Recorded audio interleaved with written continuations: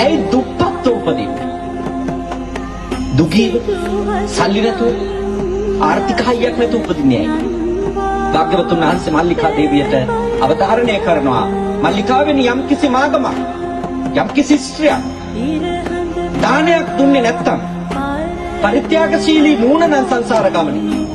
සිල්වතෙකුට ගුණවතෙකුට ලැබෙන්න තිබිච්ච දානයක් වැළැක්කෙව්වනම් ඒකේ ආදීනවය තමයි ඒකේ විපාකය තමයි එයා සසරේ උපදින භවවලදී දුගීව දුප්පත්ව තාම දරිද්‍රතාවයෙන් පෙළෙන ඇත්තන් විදියට උප්පත්ති ලැබී එකක් දාන පරිත්‍යාග වළක්වාලීම අනිත් එක දීලා නැත්නම් අපි සසරේ දීලා නැත්නම් ලැබෙන්නේ නැහැ මේ ආත්මෙතෙමනේ දෙන්නේ නැති අයට ලැබෙන්නේ දෙන අයට විතරයි දේවල් ලැබෙන්නේ